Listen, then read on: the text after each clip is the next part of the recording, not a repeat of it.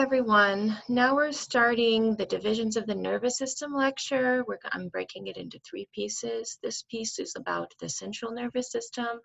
Talk a little bit about the 2 different functional regions of the brain. Then next time we'll talk about the sensory pathways. And then after that, I'll talk about the motor pathways, focusing on the difference between the autonomic nervous system and the somatic nervous system. Okay, let's get into the central nervous system. So when you think about the nervous system, there are 2 broad categories, 2 broad regions. You have the central nervous system that includes the brain and the spinal cord. Everything else, such as the nerves or the ganglia coming off of the spinal cord or coming off of the brain, all of those would be part of the peripheral nervous system, peripheral as in off to the side, like your peripheral vision, so off to the side. So the central nervous system is just the brain and the spinal cord. When you look at that brain, what the brain really is just a massive network of neurons, billions and billions of neurons, all connecting with each other and synapsing with each other, moving information around. The brain is a very heavily active part of your body, and it takes up to 20% of your blood flow. So really think about the metabolism that has to go on in order to make your brain function, right? So it doesn't weigh a whole lot. It's not a very big organ, but it takes up to 20% of your blood flow. So it's very, very metabolically active. It's using lots and lots of oxygen and lots of nutrition in order to keep those brain cells working properly. So when you look at the brain, what we're looking at right here is the cerebrum. You'll notice that the cerebrum is very, very highly folded on the outside. Why do you think that is? So whenever I ask you why something is folded, the answer is always to increase surface area. So I'm going to talk later about increasing the surface area is very beneficial to how we work. So we'll circle back to that in a minute. So for the brain, there are 2 functional regions. You have the cerebral cortex, and we'll talk about what a cortex is in a minute. And then you have the subcortex. Sub means beneath or underneath. So the cerebral cortex, then everything else. That includes areas like the thalamus here. That's what I like to call the eye of the brain because that's what it looks like to me. The hypothalamus. Hypo means below, so below the thalamus. Then you have the brainstem, which includes the pons, the first bump, pons, and then the medulla oblongata, which I call the second bump. That's the brainstem.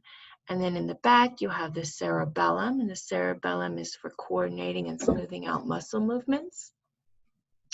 But all of those collectively are called the subcortex. For this lecture, I want to focus on the cerebral cortex. First of all, let's define this word cortex.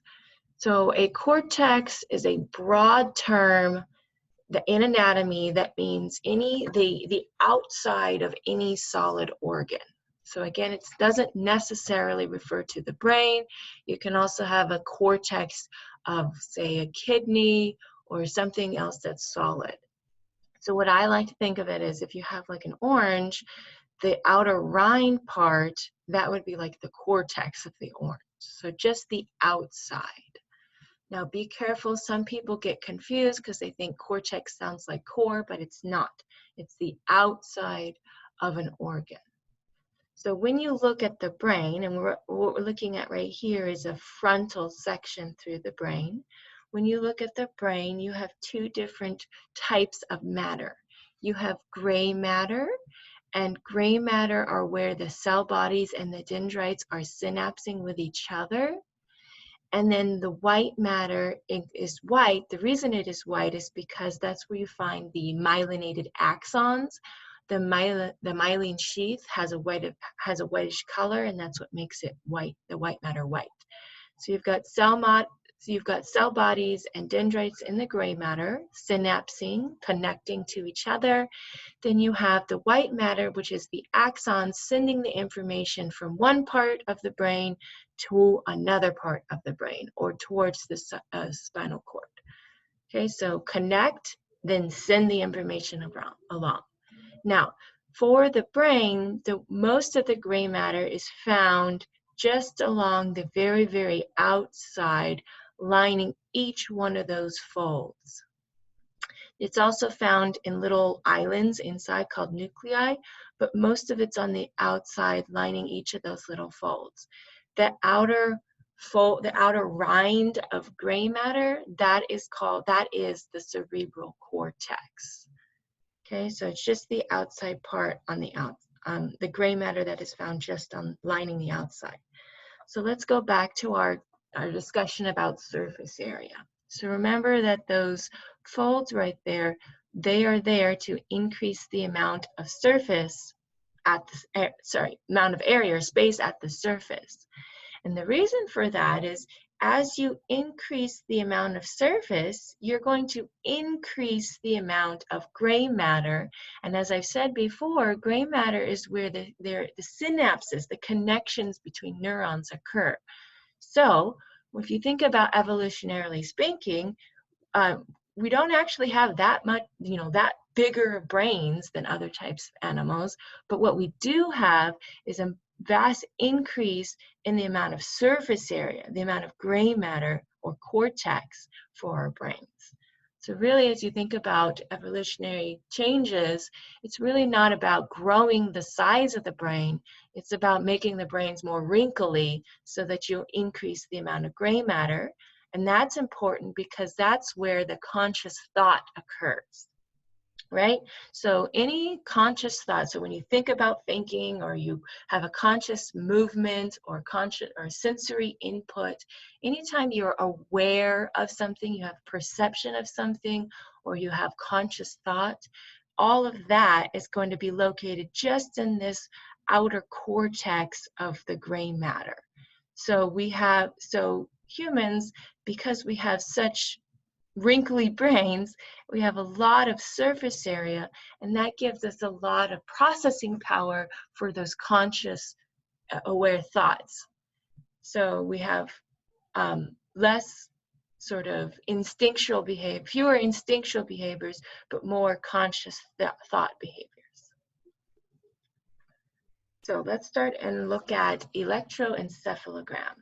EEG, which stands for electroencephalogram. Encephalo means brain or head. And so what this is you can look at the sum total of all the electrical activity of the cerebral cortex, which is, again, just the outside of the cerebrum. Now, if it's looking at the sum total of electrical activity, can it map functions to a particular part of the brain?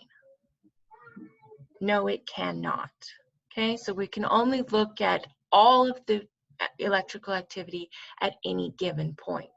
And so when you take that electrical activity and you graph it, so if this would be a graph, this side here would be like voltage, probably millivolts or something like that.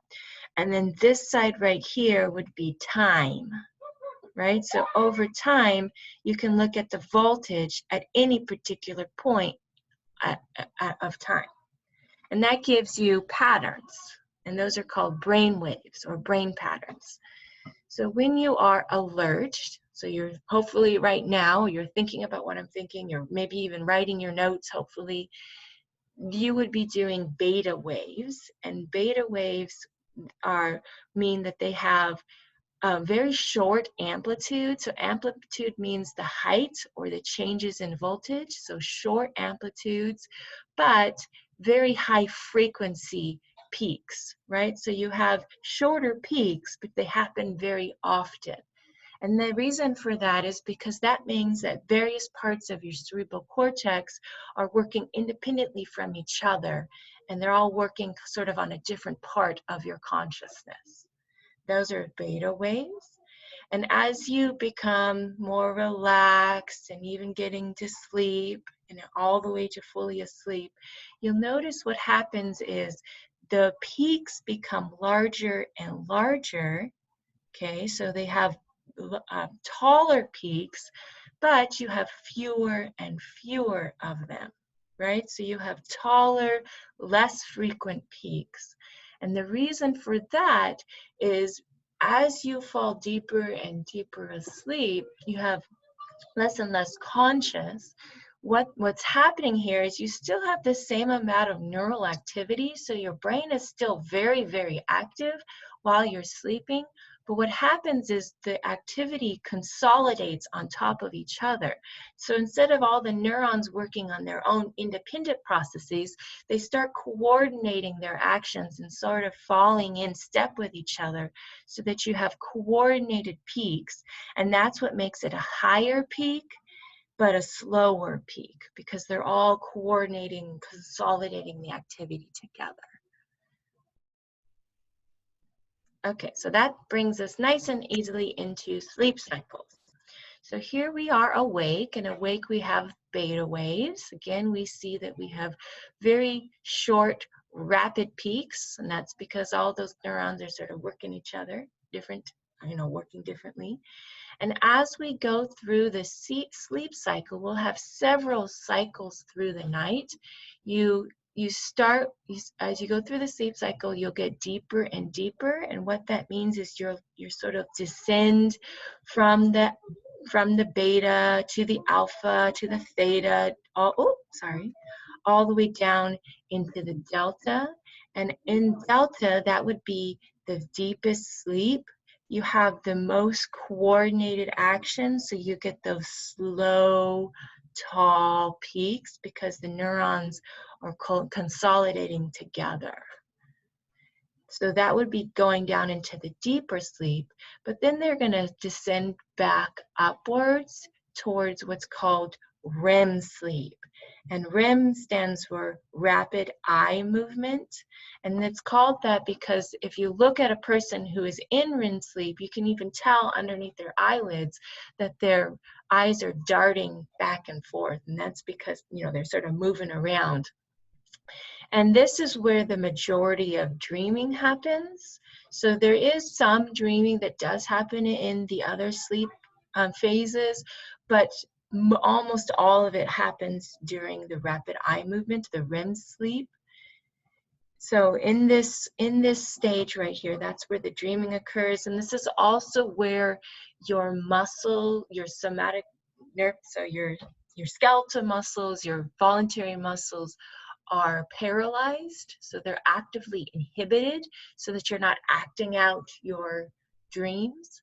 And in the past, I've had students ask about, well, what about sleepwalking or talking in your sleep? And that just is abnormalities in how your brain is able to inhibit those skeletal muscles. So usually you're inhibited those skeletal muscles so that as you're dreaming, you're not acting out your dreams. So that would be during REM cycle.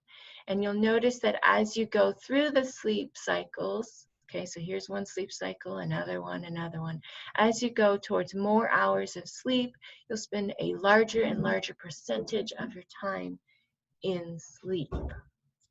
So let's talk about why sleeping is a priority. And honestly, I feel like this slide right now is a bit laughable. I haven't had a good night's sleep since this whole remote teaching thing happened.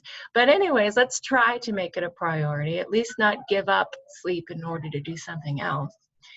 And a big part of that, and the thing that is sort of definitely relevant to learning and in this class, is that memory consolidation. There's two types of memory. You have short-term memory, then you have long-term memory, which means that you can access it for a longer period of time. In order to convert short-term memory into long-term memory, there's a process called consolidation, which is in the hippocampus, and it helps take those short-term memories and make new neural connections to turn them into long-term memories. And this happens mostly during REM sleep.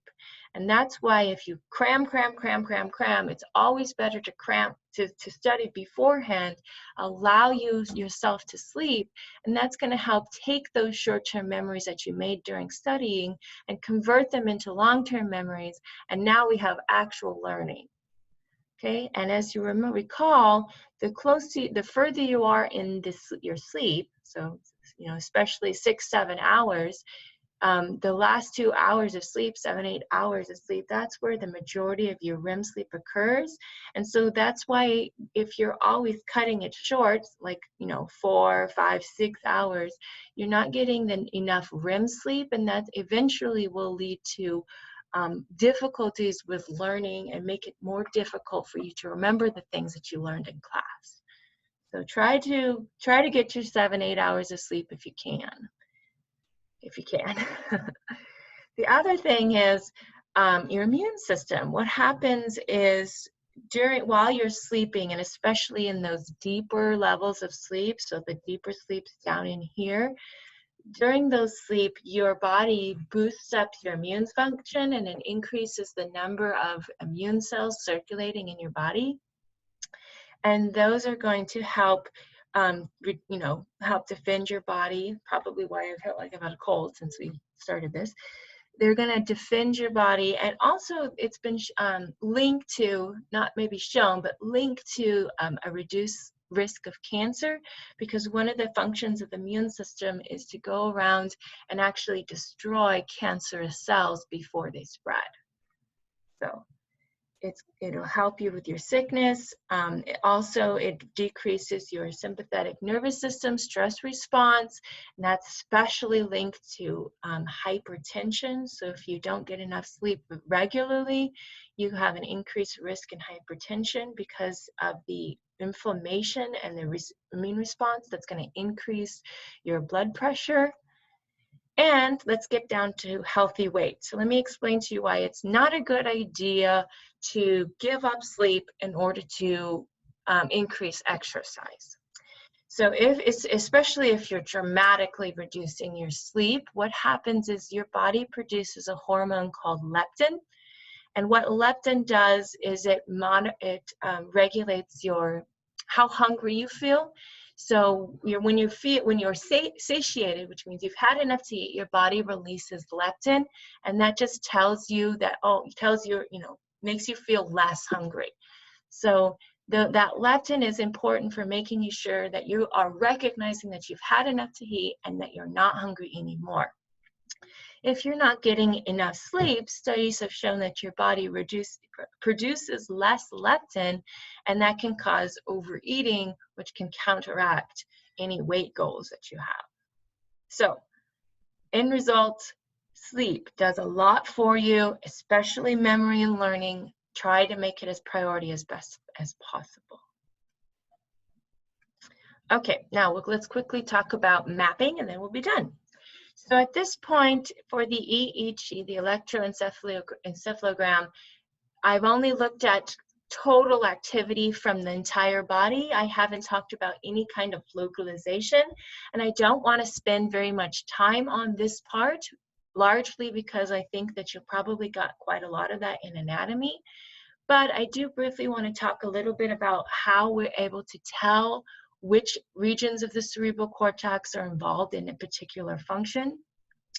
And the biggest reason and the oldest reason that we are able to map parts of the brain is by looking at what happens when you have brain damage or disorders that affect very specific parts of the brain. So, for example, patients who had brain damage in this one specific part of the temporal lobe, so if it's always damage on that one specific part, they all had the same sort of symptoms. They were able to understand speech. Sometimes they were even able to write speech, but they were incapable of verbalizing their thought. They were incapable of creating the words, physically verbalizing the thought. So this region right here, this is called Broca's area. And Broca's area, the function of that, as you probably inferred, is for verbalization, right? So if you have a lot of patients who all have the same pattern of symptoms and all have the same regions that are hurt, that's a good indication that that particular region of the brain does that particular function. So they've been doing that for quite a while, cataloging those kinds of patterns. And more recently, they've been able to actually look at neural activity, and they can do that with what's called a functional MRI. And what functional MRIs do is they track blood flow. And so what you can do is you can ask the person to do a particular thing, like, oh, write out your name. And then they can, in this machine right here, they can actually track where the blood is flowing. And the idea is if you're increasing the blood flow to that particular region of the brain, that region of the brain must be more metabolically active. And therefore, that part of the brain is what's doing that particular function. Okay, so for example, if you're listening here, you have this area lighting up right here, means that these neurons are using more of the oxygen and nutrient supply. That must mean that they're more function, and that mean that that's related to listening.